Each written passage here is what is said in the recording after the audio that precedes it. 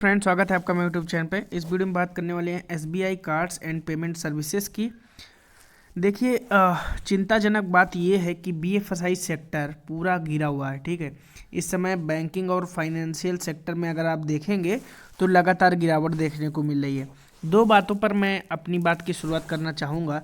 देखिए, मैंने आपको आज से लगभग 3 से 4 महीने से पहले मैं लगातार बोल रहा था कि आईटी सेक्टर पर पैसा डालिए, आईटी सेक्टर पर पैसा डालिए, कितने स्टॉक्स पर डाल सकते हैं। उसके लिए मैंने आपको कहा था आईटी सेक्टर्स में भी कुछ चुनिंदा स्टॉक्स पर डालिए, जैसे लार्ज कैप्स पर डालिए। ठीक है, अब आज देख सकते हैं कि आईटी सेक्टर कितनी तेज़ी से ऊपर गया है कि इसने अपना 52 वीक का हाई भी कई बार तोड़ा है पिछले एक हफ्ते की ट्रेडिंग के दौरान। ठीक है, अब सिनेरियो थोड़ा सा दूसरा हो रहा है। अब सिनेरियो किस तरीके से हो रहा है आप देखेंगे।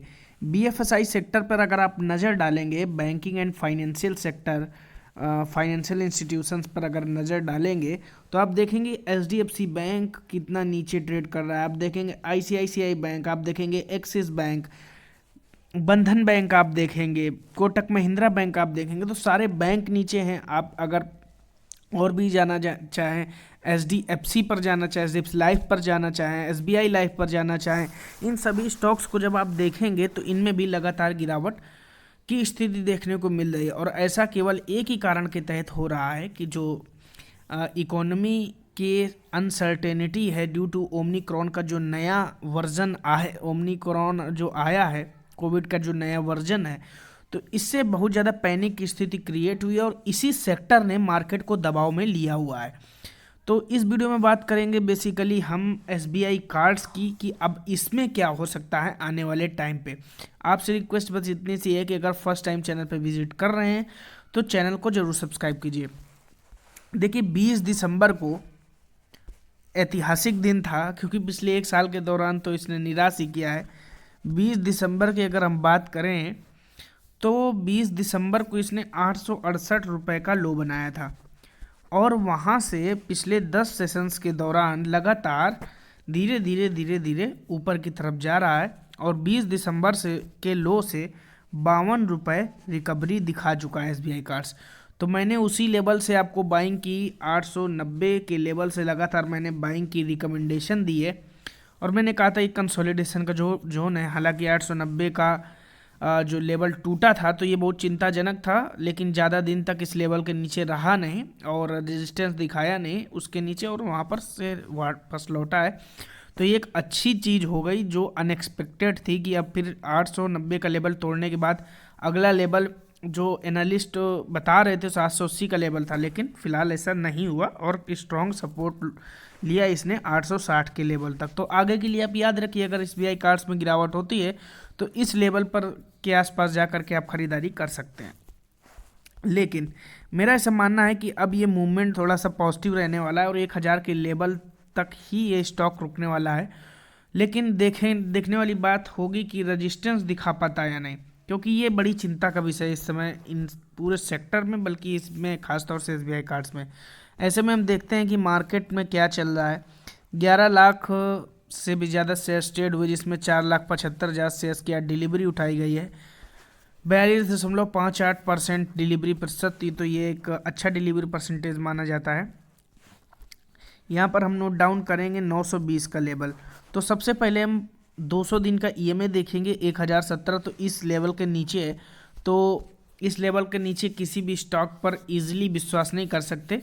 तो हम 100 दिन और 50 दिन के अगर ईएमए देखेंगे तो 100 दिन और 50 दिन के ईएमए भी इससे ऊपर है करंट मार्केट प्राइस 920 से। तो ये भी अपने आप में एक चिंता का विषय, यानी शॉर्ट टर्म की बात करिए चाहे लॉन्ग टर्म की बात करिए, स्टॉक में अभी वीकनेस की स्थिति देखने को मिल रही है। अब हम शॉर्ट टर्म की बात करते हैं, अल्ट्रा शॉर्ट टर्म जिसे हम बोलते हैं, 5 दिन, 10 दिन, 12 दिन, यानी कि पिछले 10 दिन के ट्रेडिंग सेशंस से तो ऊपर दिख रहा है स्टॉक प्राइस, लेकिन 26 दिन और 20 दिन के मुकाबले स्टॉक प्राइस अभी भी नीचे है, यानी कि अभी भी अनसर्टेनिटी है। समझ रहे हैं आप? 50 दिन का ईएमए क्रॉस होने दीजिए अगर फ्रेश बाइंग की सोच रहे हैं तो, और अगर आप शॉर्ट टर्म में खरीदारी की सोच रहे हैं तो भी 50 दिन का ईएमए क्रॉस करने दीजिए। जो लोग लॉन्ग टर्म के लिए लेना चाहते हैं, नो डाउट मैंने 868 के लेवल से लगातार लॉन्ग टर्म के लेवल पे ही रिकमेंड, 890 के प्राइस से ही लगातार मैं रिकमेंडेशन दे रहा था कि इसको ऐड कीजिए अपने पोर्टफोलियो में।